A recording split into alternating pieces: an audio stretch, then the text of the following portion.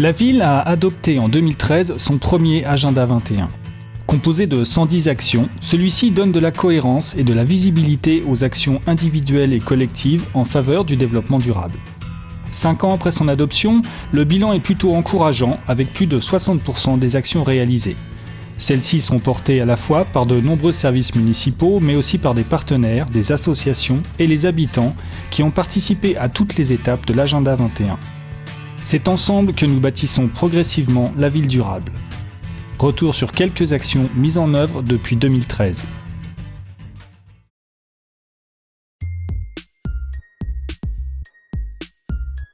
Concernant le patrimoine bâti, 2 priorités sont développées.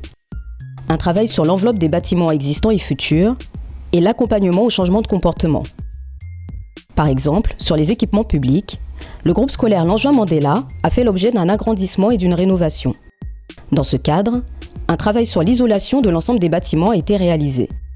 L'éclairage intérieur a été remplacé par des LED, le groupe scolaire est chauffé grâce à la géothermie et la ville a installé des panneaux solaires photovoltaïques sur les 3 bâtiments de l'école Langevin. Tous les immeubles d'habitation du nouveau quartier Briand-Pelloutier respectent les normes des bâtiments basse consommation. Ils sont donc économes en énergie, approvisionnés par le réseau de géothermie, recouverts de toitures végétalisées et reçoivent un ensoleillement optimal afin de limiter les besoins en chauffage. Demain, nous irons plus loin dans le cadre du renouvellement urbain avec la réalisation d'un écoquartier au Navigateur. La ville accompagne également la rénovation de l'habitat privé, avec par exemple le dispositif de rénovation énergétique des copropriétés dans le cadre d'Écocités. La ville y joue un rôle d'intermédiaire entre la Caisse des dépôts et les grandes copropriétés intéressées. Elles peuvent ainsi bénéficier d'une aide financière pour la réalisation de rénovations énergétiques atteignant les performances de la basse consommation. Durant 2 saisons de chauffe, un défi famille a été proposé aux Choisiens, dont l'objectif est de réduire de 8% les consommations d'énergie. On a fait des économies d'énergie sur l'électricité, sur l'eau et le gaz principalement, à travers quelques petites pratiques, des gestes au quotidien qu'on a changés, qu'on a modifiés. On a contrôlé notre temps de douche par exemple, pour faire des économies d'eau, ce qui a été très efficace. Introduit un petit interrupteur pour pouvoir éteindre toutes les loupiottes allumées, toutes les veilleuses. Grâce à cet interrupteur, on coupe tout avant de partir. Le wattmètre, ça tu as...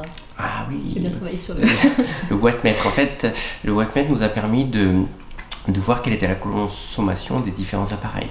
Et c'est comme ça qu'on a réalisé qu'une cafetière qui reste allumée toute la matinée pour faire réchauffer le café, ça consomme beaucoup plus que de prendre quelques instants pour faire réchauffer un café. Donc des petits gestes qui changent d'une part notre consommation, mais également notre philosophie de la consommation, notre rapport à l'énergie. En fait, dans l'ensemble, on a été sensibilisé à la question de l'énergie à travers ces petits gestes qui prennent peu de temps, mais qui nous font prendre conscience de ce que c'est que la consommation.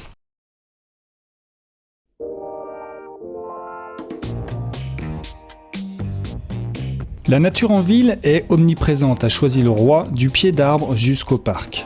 Support à la biodiversité, elle sert également de lieu de détente et récréatif et permet de nombreuses rencontres.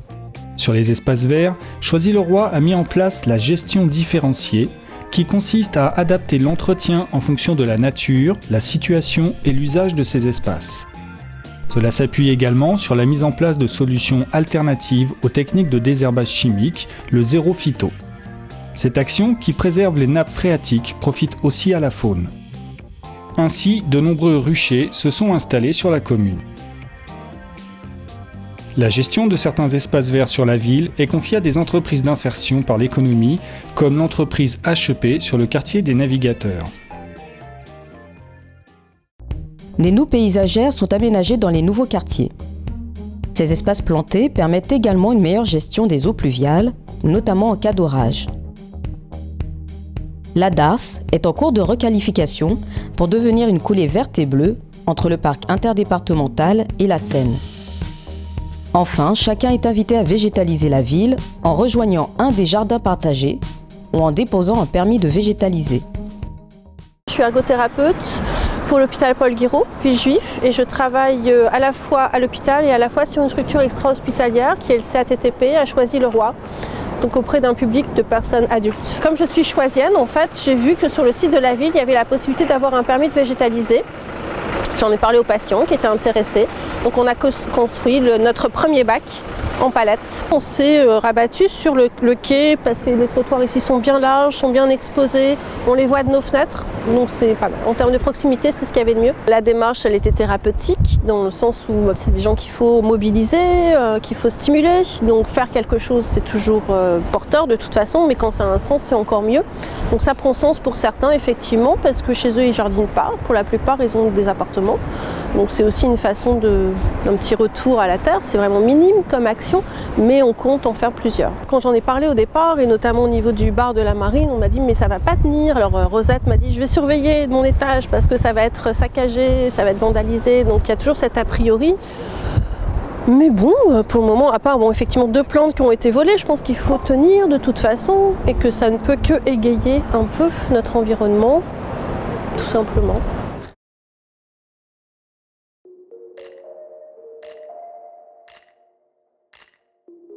Des solutions alternatives à la voiture individuelle sont peu à peu proposées aux choisiens et usagers du territoire. Les travaux préparatoires pour le futur tramway Paris-Orly sont en cours. Ce nouveau mode de transport, plus performant, se substituera au bus 183 qui arrive aujourd'hui à saturation. Le Forum 21, groupe de travail habitant, a contribué à la réalisation du schéma de mobilité.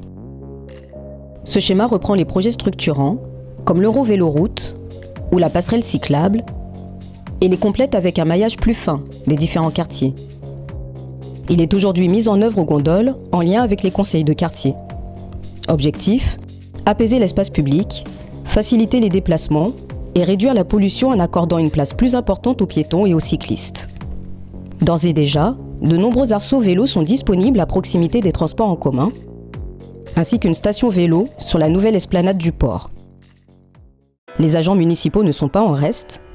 La ville a adopté son plan de déplacement qui encourage l'usage des vélos et des transports en commun. La médiathèque s'est dotée par exemple d'un triporteur. Alors c'est le triporteur de la médiathèque, donc qu'on a depuis quelques temps. Ça nous permet de nous déplacer avec des livres, puisqu'il y a un gros coffre à l'avant. Donc ça permet de stocker pas mal de documents, de matériel qu'on emmène avec nous pour les hors les murs, nos animations extérieures. Et comme on a une batterie, ça permet de monter les côtes avec le coffre bien rempli, sans effort. Le triporteur permet de nous identifier tout de suite, les gens commencent à avoir l'habitude de nous voir avec. C'est sûr que ça interpelle, il n'y en a pas partout, on n'en voit pas tous les jours. Donc du coup les gens se demandent et puis avec le logo de la médiathèque on est identifié. Voilà. On a aussi une voiture de fonction qu'on utilise pour la navette par exemple, ou pour aller chercher du matériel, l'achat de matériel, des courses, etc. Mais là pour des petits déplacements courts, c'est quand même plus appréciable, plus agréable et voilà, au niveau écologie on est à fond dedans. Autant prendre un vélo. C'est même au niveau du temps, on est parfois plus rapide à vélo. Ça change tout. Enfin, au beau jour, c'est en bateau que vous pouvez traverser la Seine avec le passeur de rive. Ce mode de transport est organisé par l'association Au fil de l'eau, avec le soutien financier du département et de la ville.